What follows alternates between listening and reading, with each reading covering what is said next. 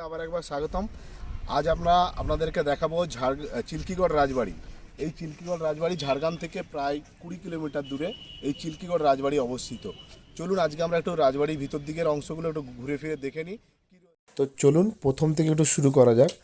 আমরা কনকদুর্গার মন্দির থেকে বেরিয়ে সোজা চলেছি চিল্কিগড় রাজবাড়ির দিকে।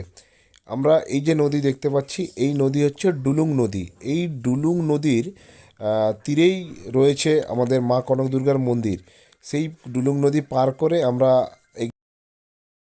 যদি আমার এই চ্যানেলে নতুন হয়ে থাকেন তাহলে দয়া করে আমার চ্যানেলটি সাবস্ক্রাইব করুন এবং বেল আইকনটি প্রেস করুন। তো চলুন আমরা রাজবাড়ির দিকে ধীরে ধীরে এগিয়ে যাই।